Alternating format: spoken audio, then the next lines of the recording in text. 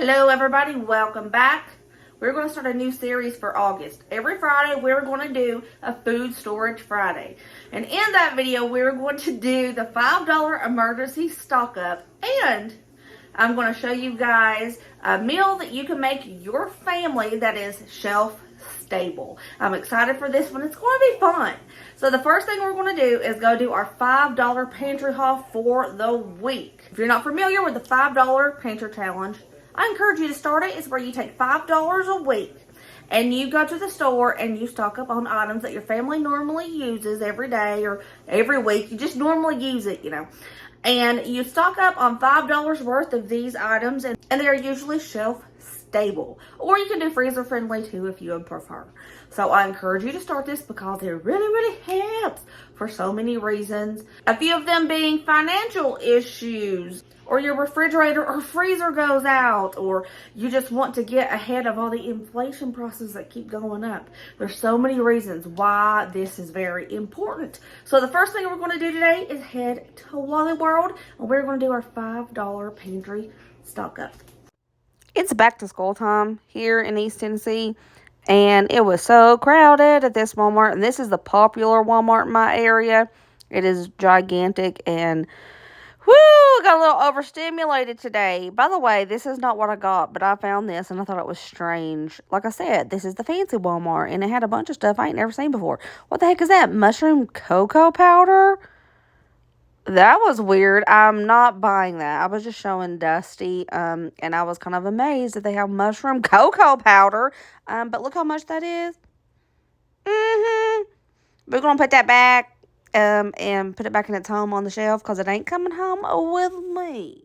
One thing that I know we really need is green beans, because Colin says French dog green beans are the best, and Ryder and Braden agree. And if I can get Colin to eat a vegetable, I'm going to do it. So we're going to stock up on some French dog green beans today.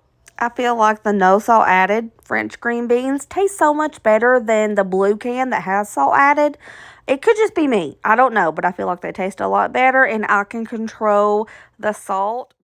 And another thing I really need is tuna, because we're out of tuna, which is absolutely insane because we always stay stocked up in tuna, and I was so stocked up that I never bought any more, so I need tuna. Tuna. Let's get 3 cans.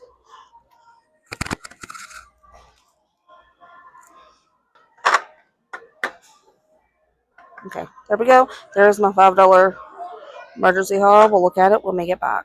We came to the fancy Walmart, and it's where everybody's coming for back to school shopping, and I'm getting overstimulated.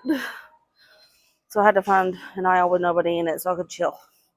Do you ever have to do that? Because I do.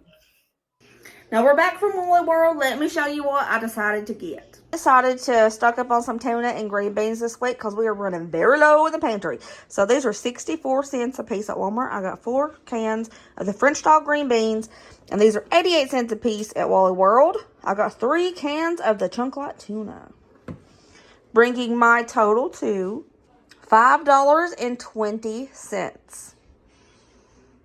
Like I said before, if you have not started the $5 pantry challenge, I encourage you to do so. And if you have started it, what goodies did you guys get this week? Did you find anything that was on sale? Let me know about it in the comments. I like a good sale.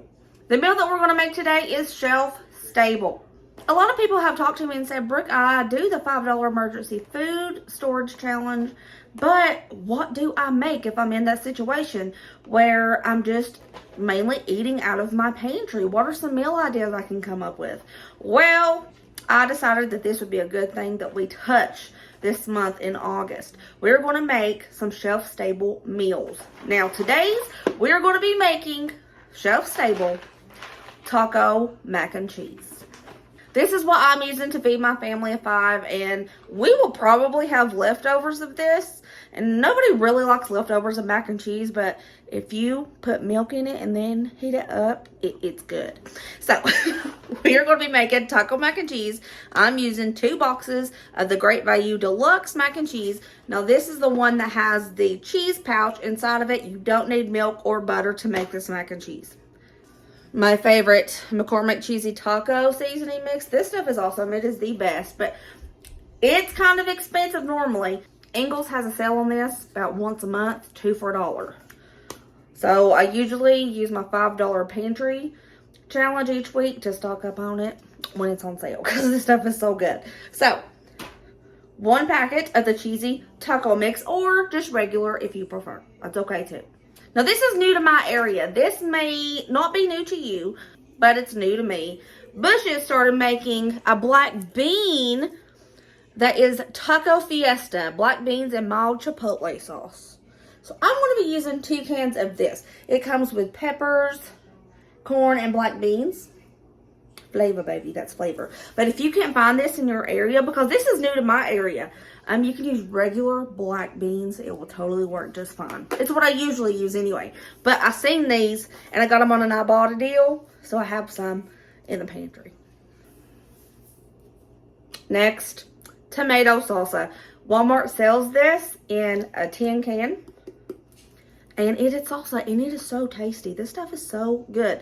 You can get other salsas if you want, but the shelf life on this one is a lot longer than those in the little glass jars.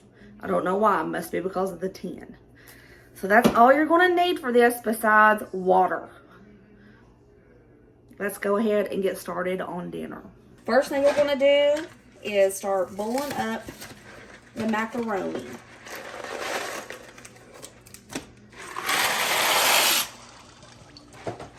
You can use the macaroni that comes with a powdered cheese, but you normally need milk for that. But sometimes, a lot of the time actually, I just use pasta water instead of milk. And if you have shelf-stable milk, you could definitely use that too. This one is completely shelf-stable and you don't have to substitute anything for it. So that's why I chose to use this today. Plus the deluxe mac and cheese is pretty tasty. We like it. So we're going to start cooking up this macaroni. See you in a minute.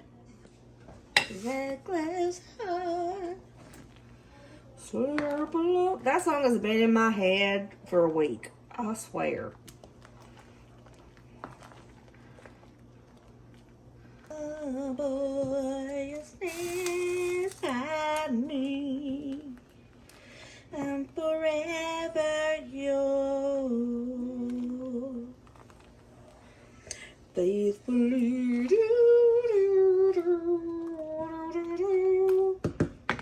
Okay. I have opened this Taco Fiesta black beans. These smell really stinking good. They smell like taco seasoning. I don't think I'm going to need this. Now normally when I've made this and I've used plain black beans, I did put this in there, but I think that's because it was very necessary, because plain black beans don't really have seasoning, so this makes sense if you're using plain. But where these are seasoned, I don't think I'm going to need that. So I'm going to skip the taco seasoning. These are done. I'm going to go ahead and drain the pasta. Let's go ahead and add these black beans.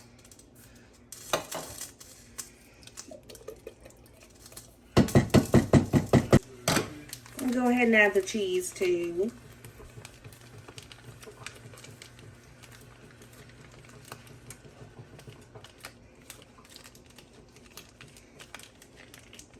Adding back that drained elbow macaroni without trying to make a huge mess. I failed at that.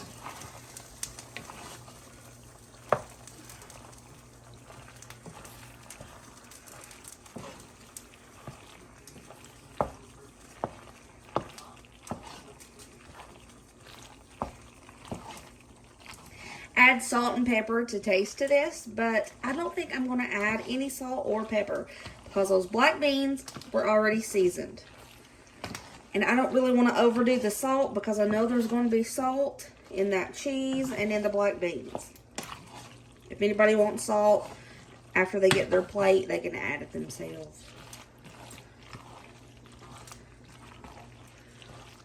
Now I am going to taste this before I decide wholeheartedly not to put that cheesy taco seasoning in here. I'm going to heat this up, and then I'm going to taste test it. Okay, I'm going to go in and give this a nice taste to see if it needs that taco seasoning. No pet fire, that's good. Don't think I forgot about the salsa. This is going to be a topping for anybody who wants it.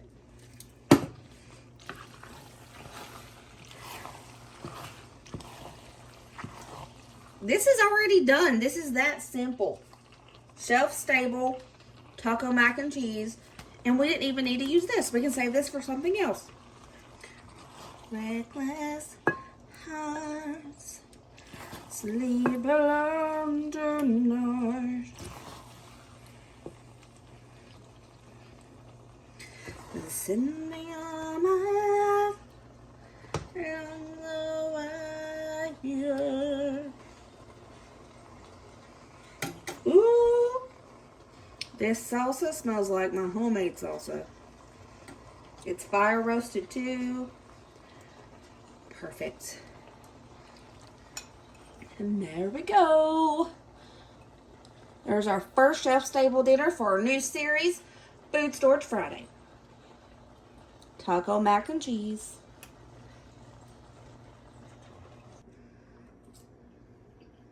Mm.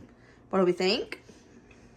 This looks something I've had before. You have had that plenty of times. I don't. That makes sense. Yeah. It's really good. Thank you. It smells so good.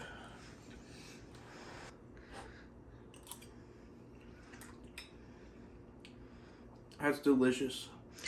It's delicious. Thank you. Woohoo! Okay, give it a go. Let us know how it is, Kaka.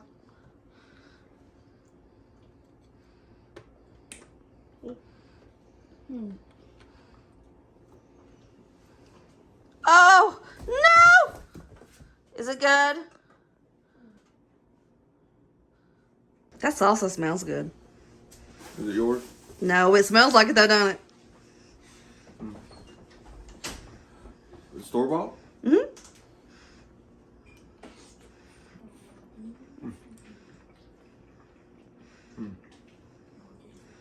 Good. Thanks. Alrighty, I'm going to give this one a go too.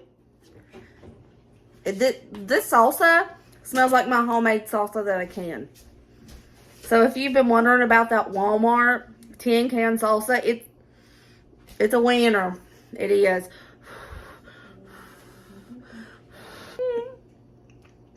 Mmm.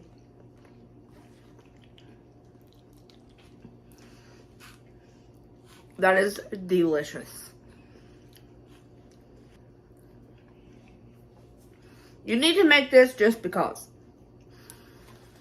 And remember, you can totally customize this. If you want to put rotel in it, that's good too. I've done that before.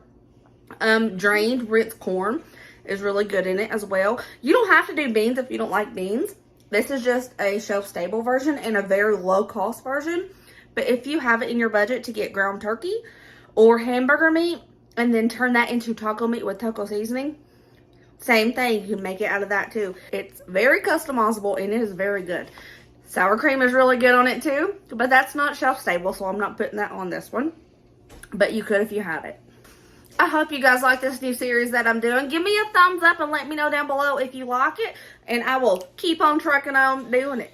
Each Friday, we're going to do our $5 pantry haul and a shelf-stable meal for just in case. I love you guys. I will see you next video. Remember, as always, be positive and kind and happy. And I'll see you later, taters. Bye.